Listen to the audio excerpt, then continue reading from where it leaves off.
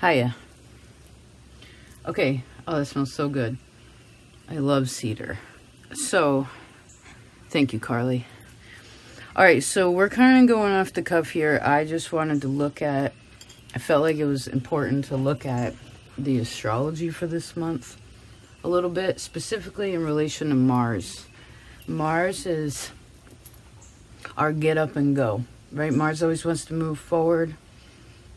It's what pushes the soldier to go, you know, like it gives our drive, it rules over our ability to physically heal also. But it technically is a malefic planet. There are two of them specifically in the Sacred Seven, and that is Mars and Saturn.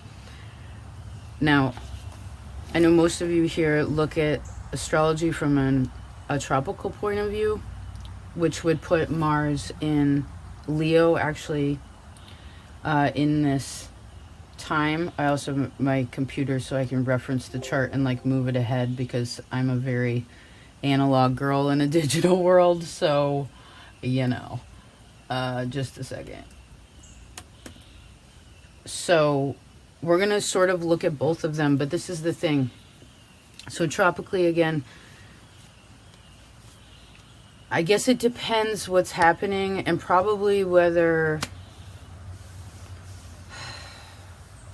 Well, look, Mars in Cancer, which has been going on, and this was kind of overlapping this, all this energy and all this big change that came in like January, February, March, April, May. It was like boom, boom, bam, bam, bam, bam, bam, bam, bam. You know, it was kind of, and depending where you were and what you were dealing with, different months might have gave you like different, you know, whatever it was. Maybe it's power, you know, maybe it was just like a finally out of that hole, or like, oh fuck, what do I do, you know?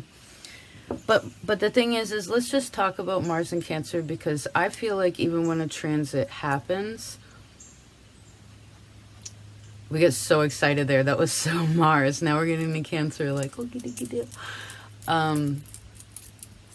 because Cancer's nostalgic, right? And it loves the past. Cancer energy, the opposite of Saturn. It loves the past, just like Aquarius loves. It's like Aquarius is always thinking about the past. Cancer is always feeling about the past. Something to take note of. But specifically because we're human and we are, in a way, like ruled by the moon. Also, most of you here are feminine, which means your ruler is the moon.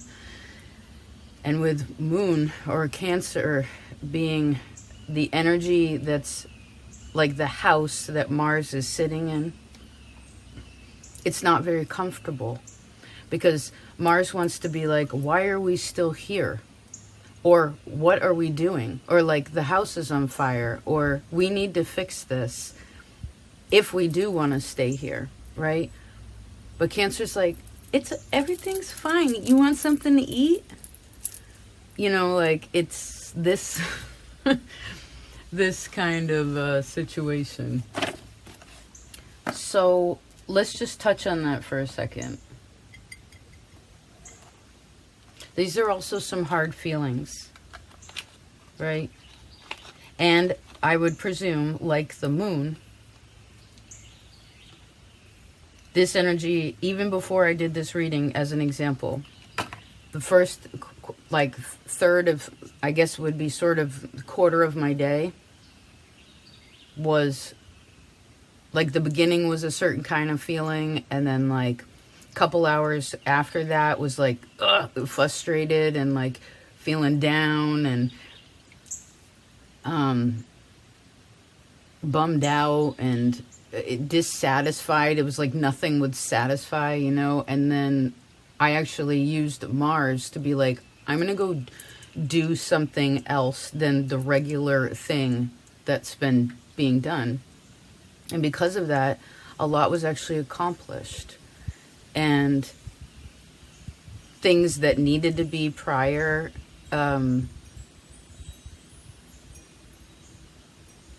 So that movement is really, really important. Now, when Mars finally does move into Leo, this energy is going to be a lot happier about that. It's two fire energies, right? Because Mars in Cancer is like boiling water, or where the water completely puts out the fire. There's really no in-between with that. Now Mars in Leo is going to be like, okay, yeah, let's go for it. Let's create that. Let's be brave about that. But this whole time from, let's see if I can animate this.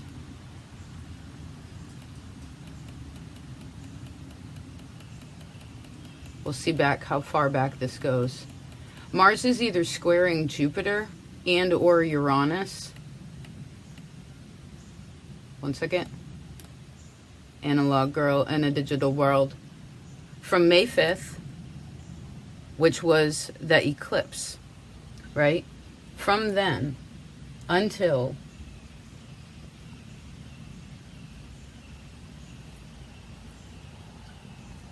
the middle of July, Mars is sort of squaring, because Jupiter's expansion, and it's like, okay, yeah, let's open this up. Let's feel faithful about what's changing, because let's take it in a tropical sense. We got Mars in Leo, and then Jupiter and Uranus in Taurus. These are two fixed signs, right? Jupiter's like, come on, doors open. Uranus is like, we're changing the dynamic. Jupiter's like, it has to change because it's expanding. But fixed energy doesn't necessarily like that. It's uncomfortable, especially kicking back up into whether we want to view this as, again, Leo, or if we're going into, because both of these, Leo and Taurus, speak of legacy, or of like how Cancer sort of looks at the past. These two are like doing now for the future. And it's important to think about that, but we get stuck in these ways where we're like, no, this works right here. This little, but it's like, I don't know what it is about us all being alive at this time, but things are weird and different. I'm sure we've gone through this cycle before, but really, like, even having this discussion in this kind of format, in this sort of connective place, is really, if you think about it, this is pretty magical and weird in a way, right? Most people didn't, the majority of people didn't talk about these kinds of things, like, for at least for a couple hundred years. So we're remembering things, and maybe that's part of the memory, is our soul or something remembers, like, well, I heard that it hurts to change, and like it does sometimes, but it also gives great growth, right? Because even if we kick this back into sidereal or what's going on in the sky, if this is Mars in Cancer squaring off, this is cardinal energy squaring off Jupiter and Uranus in Aries, then what we're talking about is I am who you are, who people are defining themselves as, the effort and the go in life, because Mars in Aries is like, well, the ruler of Aries, it's squaring itself, which makes it extra hard. You can be really hard. A person or people could be very hard on themselves. Like, there could be this rough, I don't know, like, instead of that boom, bam, boom, it's like bam, bam, bam. You know, you got to be careful and don't treat yourself badly. About the past, perhaps, because maybe that's a part of what's a bit of a fear and ways of change, because these could be small changes, but the way it's set up, it's like Jupiter's about big and Uranus is big. So a lot of people are actually going towards great success that does have to do with their legacy or their lifespan, and how that will pertain and sort of move into the future, right? But that can only happen through change, right? Like, we have to invest, put something, believe what we're creating in, to be able to have something to give, right? Thanks for appreciating or understanding like how how I'm set up and explain things. It's a pleasure. So, because again, let's go back. I am is squaring. Whenever, for instance, whenever I say, oh, this squares that, it means it's like, it's either headbutting or it's fitting together. But to fit together, one has to overcome their fear. And perhaps even guilt. Mars in Cancer, guilt. Lots and lots of shame, guilt, and anger, and at family, at whatever. It can be blame. If you're not blaming somebody else, you're blaming yourself with Mars in Cancer. About maybe Taurus, what you could have, should have done in the past. But what can we do about that? What can we do about that? I guess we cannot do it again. Right? Physically speaking, we cannot do that again. We can be brave enough to not do the thing that we did before that we knew was wrong. Right?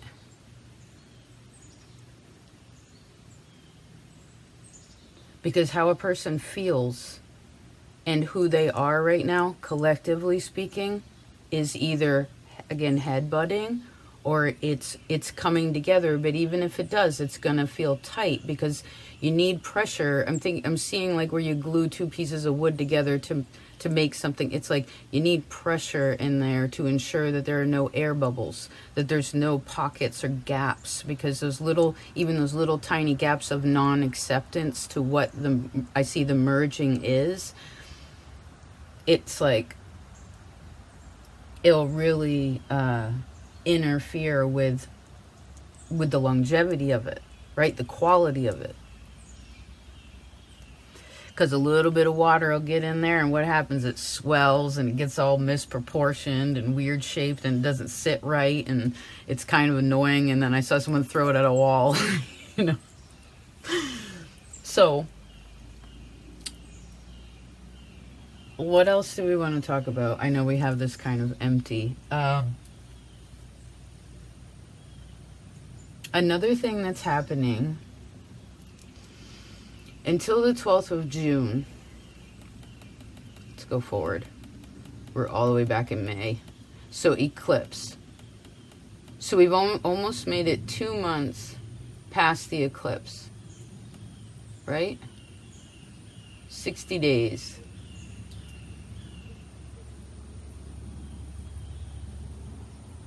So tropically until the 12th, Mars makes a T-square to the south node and the north node. And sidereally, Venus and Mars do this most of the month. Remember, Venus is the opposite of Mars, right? Venus is the feminine, Mars is the masculine, which can show a beautiful coming together of these two expressions, right, in yourself, perhaps. Also, I see how the sexes get along, and what's a healthy relationship, right? Because these are going to mirror relationships, and those nodes are basically like, because you know it takes a lot of courage to be real. Do you know what I mean? To be like, yes, no thank you.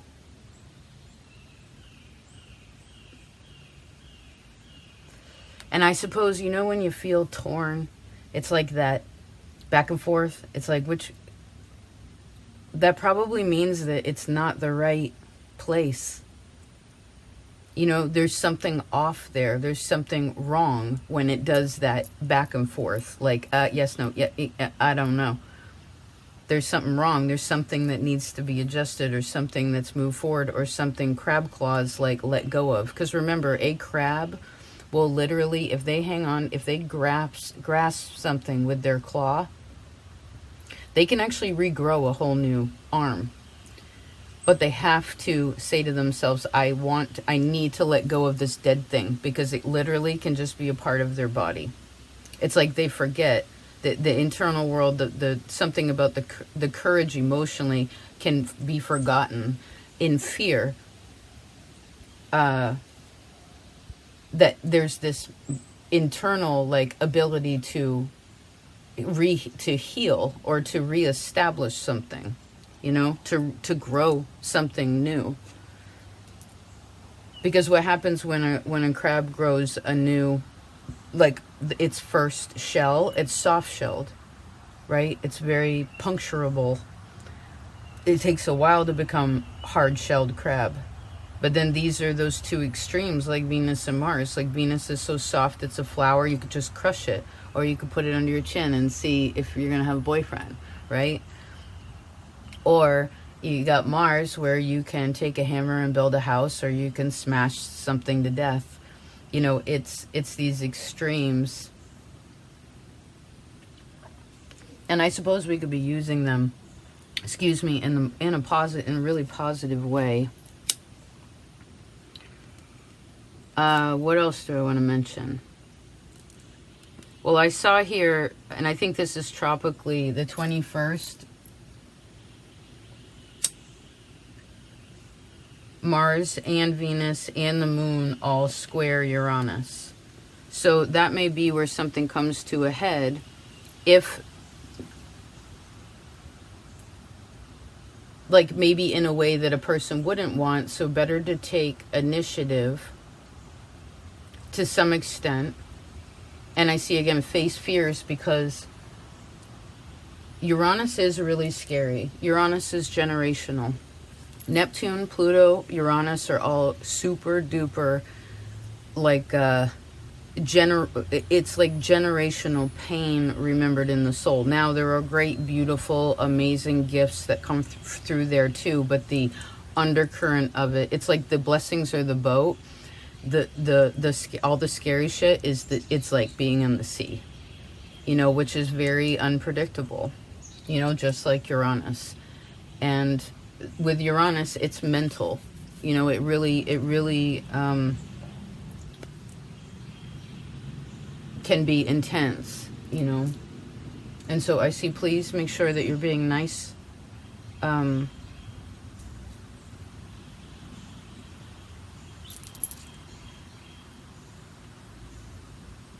to yourself and to others. And I see, but you want to have justified optimism, right? Because with Neptune and Pisces, all of us can be tricked by things. We're either, it depends what a person's like tone is, you know, like the level, like the tone of the soul or whatever, what it picks up on or finds pleasant, you know. I'll give an example. When I was younger and very angry at lots of things, I used to listen to like really fast, heavy, loud music. It made me feel good. Like I'd be like, rah, rah. I mean, I still love like those like stomp dances of the natives, or like the Armenian tradition. Those traditional dances, like specifically of the men, are so powerful to me. They're frightening, but it's like there's so much respect and like courage in it, power in it. Now, of course, there are dances where, actually, what tribe is that? The Muskogee, where they have it's like the male starts it, and then the females, and then the males, and then the females, and the females rebels on their ankles, and the females keep the rhythm, and the men sing. I don't know why I brought that up, but it's really beautiful, and they like go in a spiral.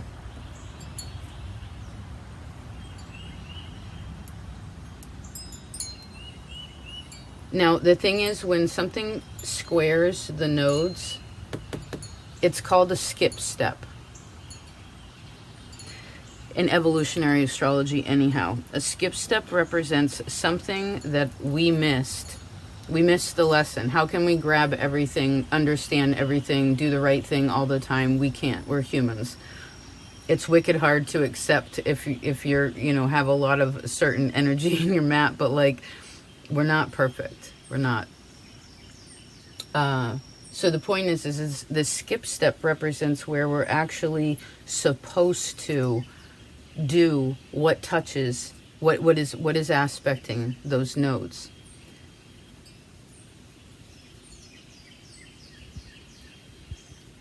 And we're talking about Venus, and we're talking about Mars.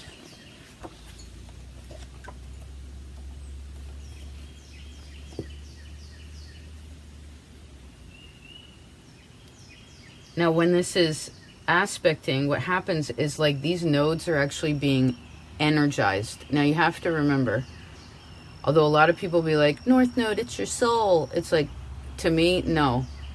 It can give you a direction to what you need to adjust in your soul, but remember, this North and the South Node are demonic. They are also malefic in a chart. They're not beneficial. They're malefic. And that's why, for instance, especially when it's in the South Node, you can hurt yourself so deeply by repeating the past. It's like having amnesia to what was supposed to be learned. And with a skip step, it's one of those things where like somewhere in the past we didn't, as collectively, did not address or was not addressing this Venus-Mars energy correctly. You know? Maybe this is where the female was too angry, or like, or the female was overpowered by the male, but this is all still, it's not anyone's fault.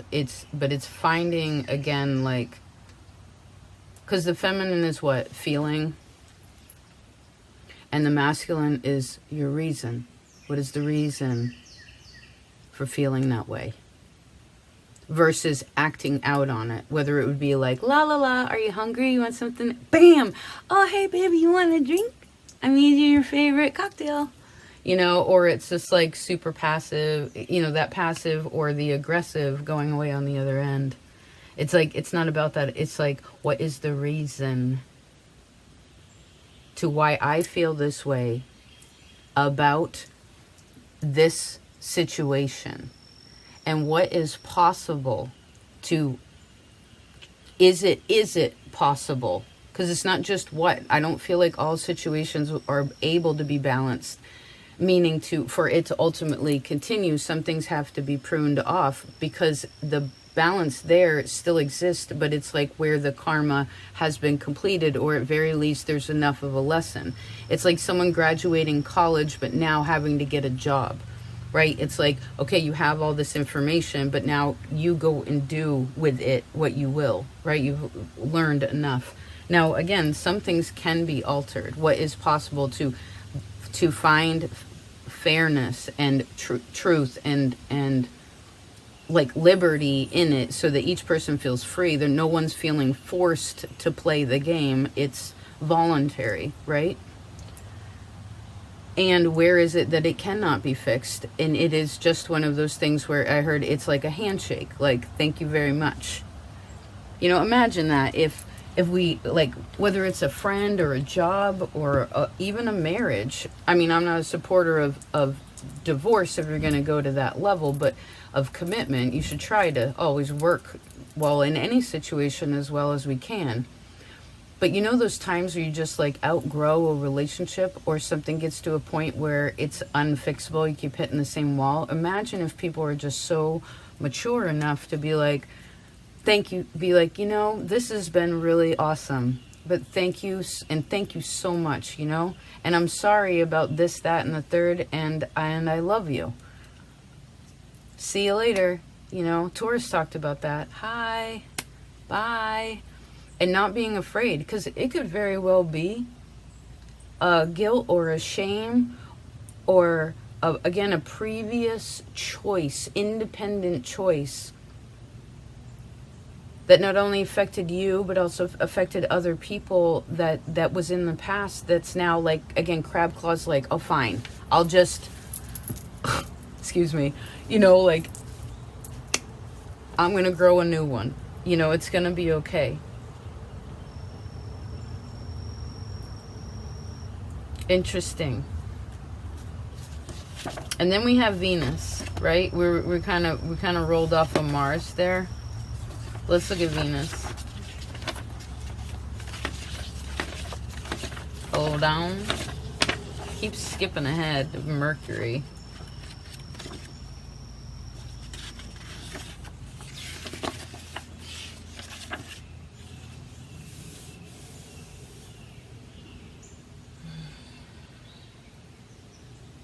Well, I guess we should mention when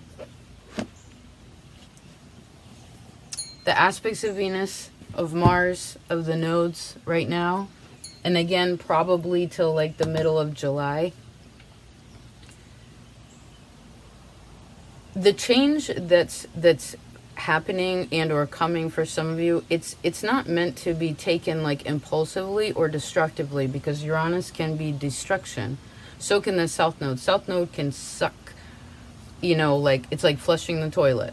You know, it's really, it's stinky, it's clogged, it's not, no one wants it. We don't want that. It's more about like, I want to make this change. Leo, Mars, and let's go back into it. Mars and Leo. I want to move forward. I want to find out what I see appropriate power is. Like what an appropriate like relationship with power.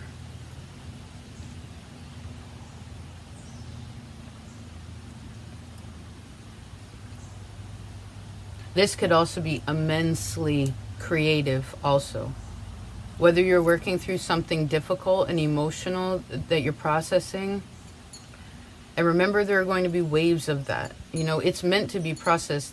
In this time in our life, we are not meant to be like, everything's good. I mean, it's nice to find that daily and while reflecting a piece of it. But right now, think about it. My mother, my grandmother, my great-grandmother, and I bet all of yours, as an example, they didn't talk about anything hard, ever. No one was just like, I was molested when I was da-da-da, or I have a dig-a-dig. No one, shit, I don't even think rape was talked about, or incest was talked about, like, in a public way. I think Oprah was the first one to do it. I don't care for Oprah, I'm just saying, like, and that was, like, in the late 80s, early 90s, which wasn't that long ago, you know, and this has existed since, what, the Greeks? The Greeks were super incestuous. So,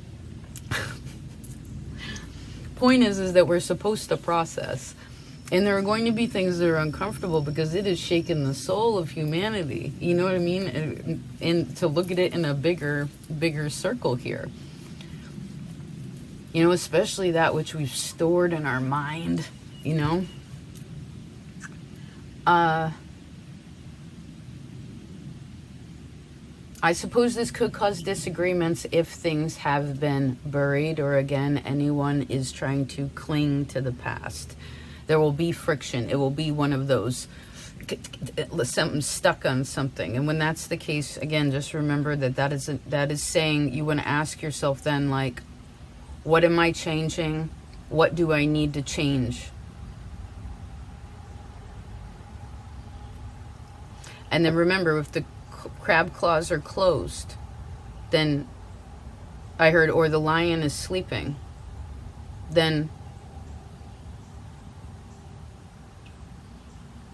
that's interesting. Well, when the claws are closed, you can't grab anything. That's the point. You want to be open to the change. And maybe that's just a part of it, is like confirming with oneself, like, okay, I'm ready.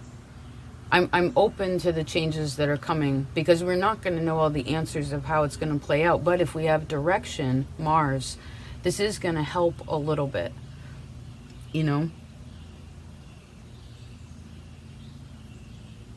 At very least, the strength and the courage to walk forward. Now, of course, for all of you, depending on your ascendant, maybe you want to look at these houses too, Leo and Taurus specifically.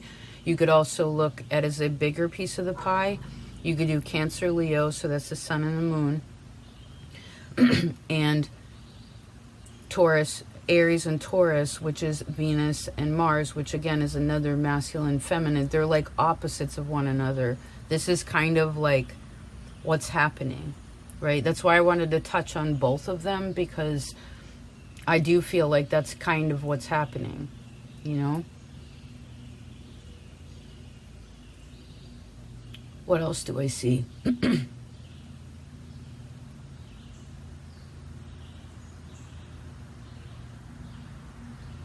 There's definitely a lot of excitable energy, but I suppose it would be good to, you know, because remember, the North Node with Jupiter is like, so the North Node is a head with no body. And remember, this is demonic. It is a malefic star. It doesn't actually give, when it gives something, it can give some positive, but it's like a genie in the bottle. You gotta, you know, it's hard to put it back in there. So the head with no body is like, it's gonna take in a lot, but it's never satisfied. It never fills itself, right? And on the other end, it's a body with no head, so there's no way to take anything really in there to sustain it. It's just always sort of in pain. So when Jupiter's with the North Node, it can create this kind of like, I want, like Jupiter's like, come on, bring it. And the North Node's like, come on, bring it. Which I guess if you're working this out in like a spiritual or emotional or whatever way, like that, you could probably, I just saw someone cleaning the house like on their hands and knees, like in every, you know, you do the whole thing. Like you could, but remember, it's going to get dirty again.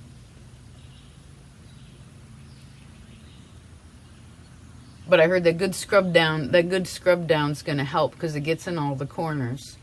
So remember, if there's a feeling of dissatisfaction or unknowing, you know, sometimes that dissatisfaction actually get us put a fire under our ass and be like, yep, nope, I'm not having that anymore. You know, Jim and I talked about it this month. It's like to find the peace in oneself, right? Where it's just like, yeah, definitely. Yeah, I'm definitely doing that. And that's awesome. I'm doing this and these things and with these people, and yes. And it's also like, and no thanks. No, I'm good. I'm full, right? I'm over there. No, thank you.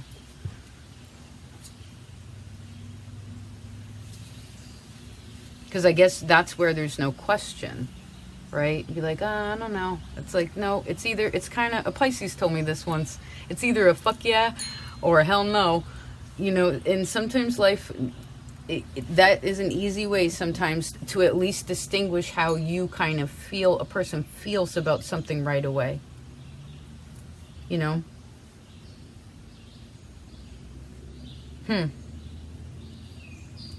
Let me see if I see anything else. Not that one.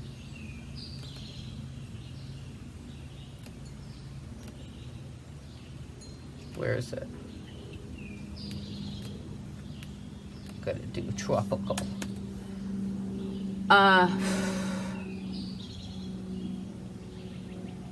There's a pretty air trine in the middle of the month too.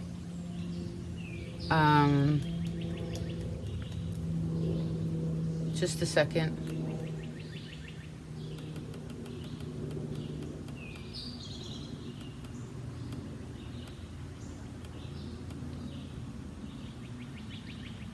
June 18th. The moon. Well, I guess it's a trine, either air or water, depending on how you're looking at it. It's still a conversation that's emotional, or like emotional communication, you know. Moon, South Node, and Saturn. That's pretty strong, actually. And that's right near the new moon.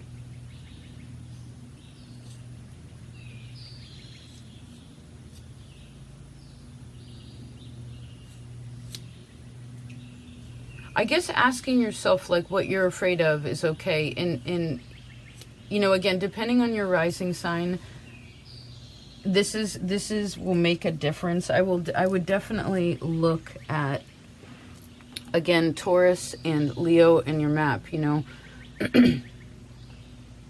Like for, let's say, example, like Gemini rising, lots of Gemini energy. This is going to be sitting like your 12th to your 3rd house, right? So this is like a square into unconscious things. And I think that's why Gemini had that strong reading last month. And a little bit of it this month is because these 12th house can be very hidden. You know, feelings can be really hidden for a long time. Even memories, you know, like it's sometimes we have to protect ourselves like that because we're not ready to process something. But then it starts to become more known. And whether that's consciously or it's just things going on around us to remind us or to help us change. Do you know what I mean? But then let's move ahead. It's like, say it's Leo rising. Like Leo rising, this is going to be like, actually that's a really positive expression of this. But it depends really on what your focus is. And I guess that direction matters, right? A soldier doesn't go into the battlefield like with no idea. There's always like a hierarchy. There's someone, they have teammates, they have like people in their platoon, you know, they have someone they can trust that's wiser than them and knows more than them, and they have someone above them that knows more than that. And some of the information is limited, but it needs to be that way so that people can focus depending on where one is at in the scope of things, right? Because they see there's a task to be achieved. Now, of course, we're not trying to go about this again like a soldier, like with war and death and suffering and trying to control other places or other people or even our own, you know, I mean, being regulated in your feelings shows a sense of control to an extent. And Cancer does have to learn that. That's why it's Saturn. It's just like Saturn opposes Aquarius because you need to have like mental restrictions and be like, no, I need to control, gain more control over my own mind. Or at very least, because who else is in control of how you feel or how you think? No one. No one but you. And I know sometimes that's so hard, right? It seems stronger than us. And maybe those times we're supposed to feel it, but nothing is forever.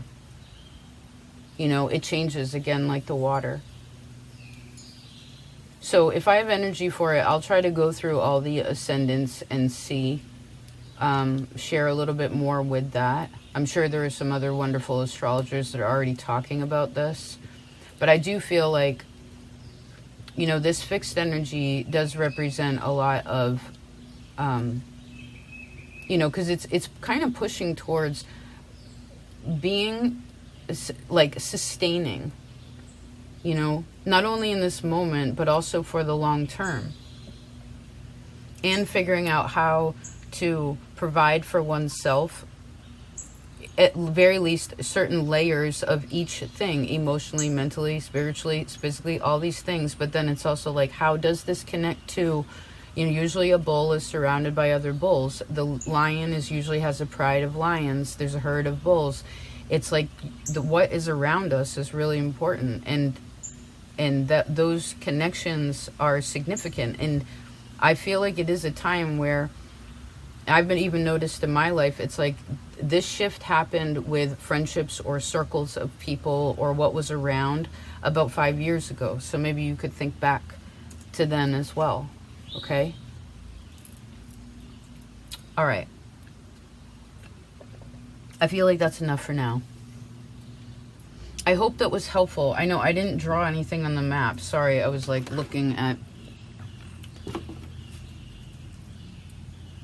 I should make a bigger pizza pie chart so I can flip-a-rooney it.